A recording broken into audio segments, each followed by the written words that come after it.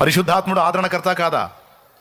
ఎప్పుడైతే నువ్వు వాక్యం అనే దేవుని దుడ్డుకర్ర దగ్గరకు వస్తావో, ఈ దుడ్డుకర్ర నిన్ను ఆదరించిద్ది, నిన్ను తరుముతున్న శత్రువుని లాగి ఒకటి బాధిద్ది. స్తోత్రం. ఈ వాక్యం దగ్గరికి నువ్వు వచ్చావు, వాక్యం మీద డిపెండ్ అవ్వడానికి వచ్చావు అంటే ఇంకా జంపు. ఎందుకు చెప్పు?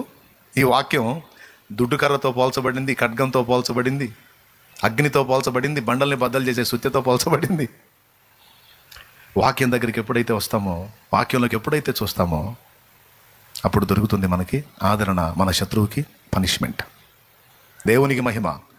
పరిశుద్ధాత్మ నిన్ను ఆదరించాలన్నా కూడా ఈ వాక్యం దగ్గరకు వస్తేనే ఆయన మాట్లాడతాడు నీతో.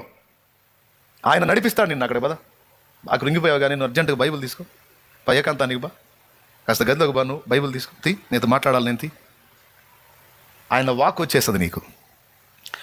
ఏం లేదు, ఒట్టిగా కూర్చొని అలాగ ఓపెన్ చేసినా సరే నువ్వు ఆయన మాట విని, పద నేను నీతో మాట్లాడాలి. ఏంది నిరాశలో దిగిపోయావు? ఏంది నువ్వు పడేసిన బాణం తగిలిందా? అవిశ్వాసంలోకి వెళ్తున్నావా? కృంగుబాటులోకి వెళ్తున్నావా? పనికి మళ్ళీ నోడలే పా, పనికి మళ్ళీ పా, రెడీగా ఉంటావు నిరాశ పా, లేదు పద ఏకాంతానికి బా, ప్రార్థన గదిలోకి బా.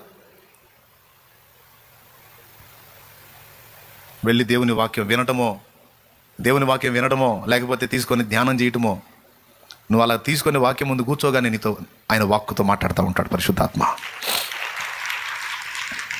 ప్రియులారా, వాక్యమే మనకు చక్కని మందు, వాక్యమే దివ్య ఔషధం, వాక్యమే దుడ్డుకర్ర. పేతుర్ని తిరిగి బలపరిచిన యేసు మాటలే, ఆ మాటలు ఈరోజు మనకు పుస్తక రూపంలో దొరికాయి. గాఢాంధకారపు లోయలలో దిగజారిపోయినా నాకు భయం లేదు, ఎందుకంటే నీ దుడ్డుకర్రయు నన్ను ఆదరించును. ఏంటి ఈ రెండు కలిగి ఉన్నది? ఏంటిది? వాక్యం. పరిశుద్ధాత్మ మనల్ని ఆదరించాలంటే ఎలా మాట్లాడతాడండి? ఎటు నుంచి మాట్లాడతాడు?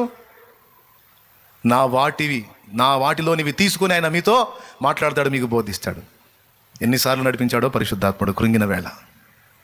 చాలాసార్లు కూర్చొని దేవునితో మాట్లాడుకున్నా, పనికిరానాయా నువ్వు, అనవసరంగా నన్ను పిలిచావు, నంబర్ 1 వేస్ట్ గాని నేను, తేడాపడ్డావు నువ్వు, నేను దేవుడితో నా విషయంలో పక్కా తేడాపడ్డావు నువ్వు, నాకన్నా నమ్మకస్తులు చూడాల్సింది నువ్వు, ఈ సోదరుని దేవులాడావు నువ్వు, వేస్ట్ గాడు నీకు చెప్పలే ముందే, దేవుడు ఏడిసావులే పారా నువ్వు, పదా ముందు అడవా. కృంగిన వేళలో నన్ను లేవనెత్తిన చిరునామా నీవేగా.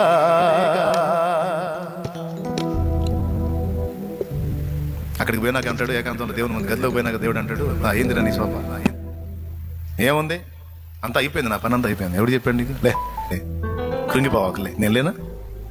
లోకం అంతా విడిచినా నేను నిన్ను విడిస్తానా? నిన్ను విడవను ఎడబాయను, నిబ్బరము కలిగి ధైర్యముగా నుండో లే. కథన రంగంలో వెనక్కి తిరగకూడదురా, వెన్ను చూపకూడదురా. నువ్వు నా బిడ్డవి, వీరుడివి, ధీరురాలివి, లే ముందుకెళ్ళాలా. కథన రంగం అంటే యుద్ధ రంగంలో వెన్ను చూపకూడదు, పోరాడాలి ముందుకెళ్ళి. ఒక మాట, ఓ అబ్బాయి ఎంత శక్తినిచ్చిద్దో, ఎంత బలాన్ని ఇచ్చిద్దో, ఎంత జీవాన్ని ఇచ్చిద్దో, ఎంత ప్రోత్సాహాన్ని ఇచ్చిద్దో. పరిశుద్ధాత్మ మనతో మాట్లాడేది ఆ వాక్యంలో నుండే మాట్లాడతాడు. పరిశుద్ధాత్మ మనతో మాట్లాడే ఫోన్ దేవుని వాక్యం. దేవునికి స్తోత్రం. నాతో ఎన్నోసార్లు అలా మాట్లాడి నన్ను ఆదరించిన అదే ప్రభు ఈరోజు నిన్ను కూడా అలా రమ్మంటున్నాడు. ఏకాంతంగా నాకు అందుబాటులోకి రా, గ్రంథం తీసుకొని రా, నేను నీతో మాట్లాడాలి అంటున్నాడు. ఆ గ్రంథంలో నుండే నేను నీతో మాట్లాడాలి నాడు. నీ నమ్మిక తప్పిపోకుండా నేను ఎప్పటికప్పుడు తండ్రి దగ్గర విజ్ఞాపన చేస్తున్నాను అంటాడు ఆయన. నేను చెబుతున్నాను, మనకు ఎదురైనటువంటి శోధనల్లో మనం తిప్పుకొని నిలబడటానికి కారణం మన గొప్ప కాదు, మన బలం కాదు. ఎప్పటికప్పుడు మన పక్షంగా తండ్రి యొద్ద ఆయన విజ్ఞాపన చేస్తున్నాడు. లేకపోతే వాడు వేసిన బాణాలకి ఎప్పుడు అడ్రస్ లేకుండా, పత్తా లేకుండా పరారవ్వాలి మనం. కానీ మన పక్షంగా తండ్రి కుడిపార్శ్వమందు నిలిచి విజ్ఞాపన చేస్తున్నాడని రాస్తుంది లేఖనంలో. చూస్తారా? చూడండి, ఉంది చూడండి. రోమాపత్రిక 8వ అధ్యాయం, కొలసాయి పత్రిక 3వ అధ్యాయము 2-3 వచనాలు. ఆ తర్వాత చదువు 4వ వచనం, 5వ వచనం. దేవునికి స్తోత్రం.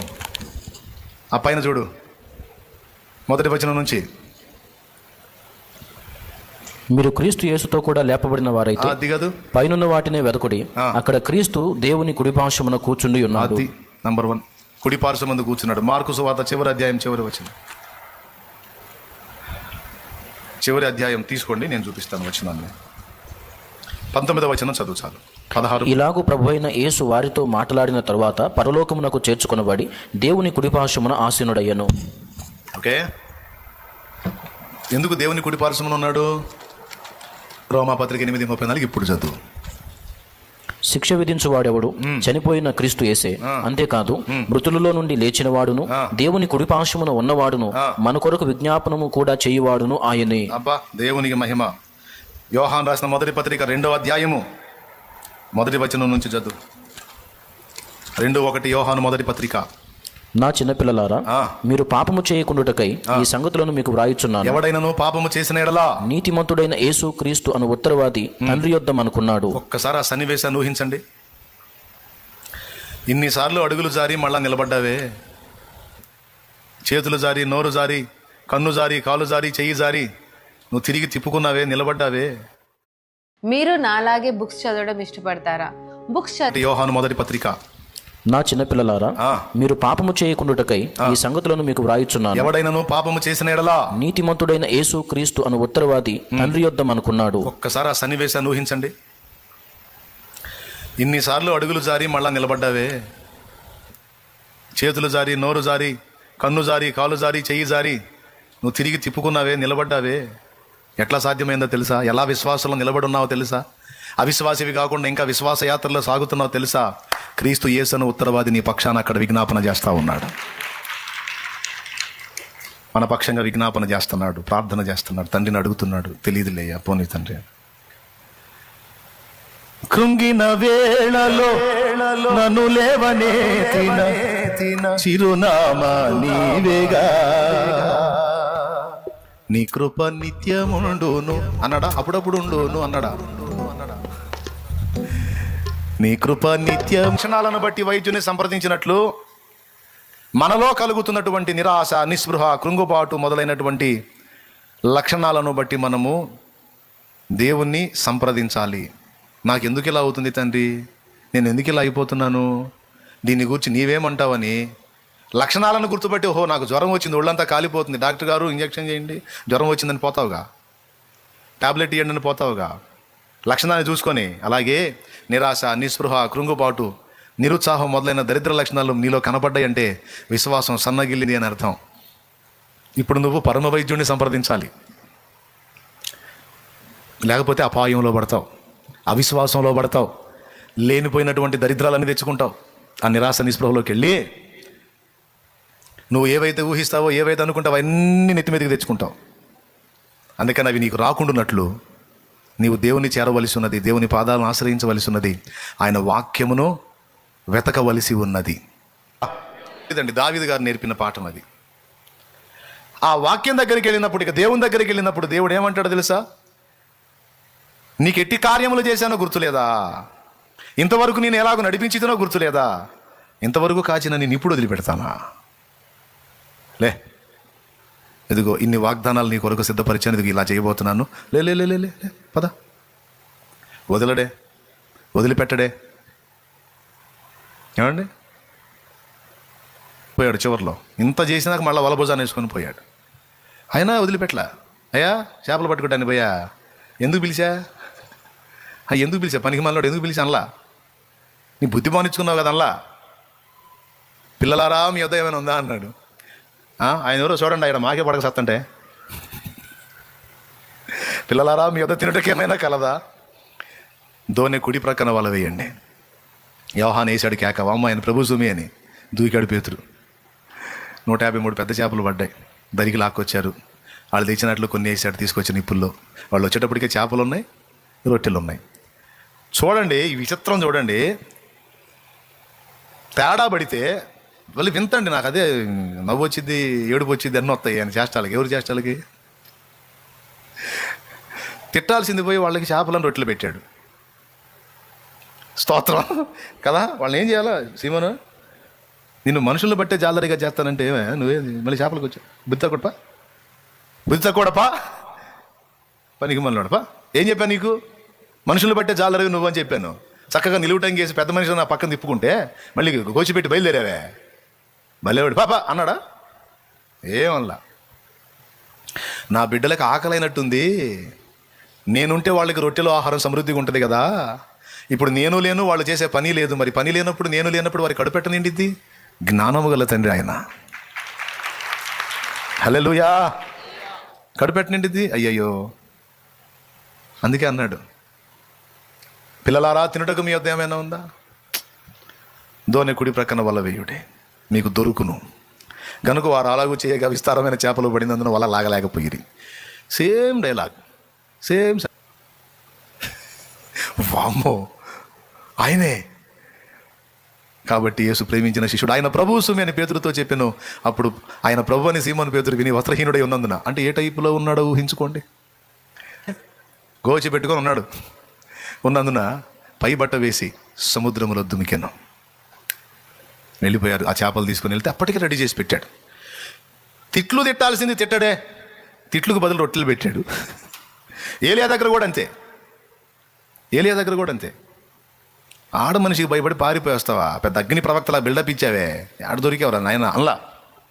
ఒకవేళ ఏసై ప్లేస్లో మనం ఉంటే ఖచ్చితంగా అంతే తిడతాం. దేవునికి స్తోత్రం. అక్కడ కూడా తిట్టడే, తిట్టడు. దిన ప్రయాణం అంత దూరం వచ్చావు, తిన్నావా లేదా? ముందు రొట్టెలు తిన్నానని రొట్టెలు పెట్టాడు. రొట్టెలు పెట్టి నీళ్లు దాపాడు. పాప రోజు ప్రయాణం అంతా చేశాడు కదా, ఆకలి మీద తిని నీళ్లు తాగి తూగుతున్నాడు. అదృశ్యమయ్యాడు. శుభ్రంగా మళ్ళీ పండుకొని మళ్ళా నిద్రపోయాడు. అలసట తిరిగిందా, నిద్రపోతే మళ్ళీ వచ్చి లేపి మళ్ళీ రొట్టెలు పెట్టాడు. ముందు పెట్టిన రొట్టెలేమో గతకాలపు ఆకలి తీర్చడానికి, తర్వాత మళ్ళీ తినిపించిన రొట్టెలేమో ఇక తన ముందున్న 40 దినముల ప్రయాణానికి సరిపోయిన ఆహారం అది. ఎప్పుడైతే కృంగిపోయి నిరాశపడిపోయి బలహీనపడిపోయి అయిపోయింది నా పని అనుకుని దిగజారిపోయి ఆ స్థితిలో కూడా నువ్వు దేవుని స్వరం విని దేవుని ముందుకు పోతే, ముందు నీకు ఏం చేస్తాడో తెలుసా? ముందు భోజనం పెడతాడు. దేవునికి మహిమ. నీతోనే మాట్లాడతాడు. ఇవన్నీ కాదు కానీ ముందు అర్జెంటుగా పోయి బిర్యానీ తినిపో అంటాడు. 4 వాగ్దానాలు ఇచ్చి, నేనున్నాగా, నా కృప నీకు చాలుగా, వాక్యంలో వచ్చి మాట్లాడతాడు. వెళ్ళేటప్పుడు ఏం ప్రేరణ ఇస్తాడు తెలుసా? పరిశుద్ధాత్ముడు పోయి బిర్యానీ తినిపో అంటాడు. అర్జెంటుగా లేచి పోయి ప్యారడైజ్ బిర్యానీ తినేటట్టు ఉందా? ఇది ఎందుకంటే ఫుల్ ఛార్జ్ అయిపోద్ది. కాబట్టి నిరాశ అనే ఊబిలో, గాఢాంధకారపు లోయలో ప్రమాదం ఉంది, అపాయం ఉంది. దాని నుంచి తప్పించడానికి దేవుడు ఆయన దుడ్డు కర్రయు దండమును మనకు ఆదరణగా ఉంచాడు, వాక్యము అండ్ పరిశుద్ధాత్మ. కాబట్టి ప్రతి ఒక్కరూ ఆ అనుభవంలోకి వెళ్తారు. చెయ్యరాని కార్యములు చేసి ఇక నేను పనికిరానని తమకు తామే జడ్జి చేసుకునే వాళ్ళు లేకపోలేదు. అలాంటి వాళ్ళను సైతం దేవుడు సంధించి అంటాడు, నేను తీర్పు తీర్చక మునిపే నీకు నువ్వే ఎలా తీర్పు తీర్చుకున్నావు? నేను కదా తీర్చాలి, నేను అర్థం చేసుకున్నా, వదిలేసే. మరోసారి అలాంటి తొట్టుపాటు అడుగులు వేయొద్దు, ఆ ఛాన్స్ ఇవ్వద్దు, అడుగులు జారద్దు, దిద్దుకో, సరి చేసుకో. నేను నీకు ఛాన్స్ ఇస్తున్నా, దిద్దుకో.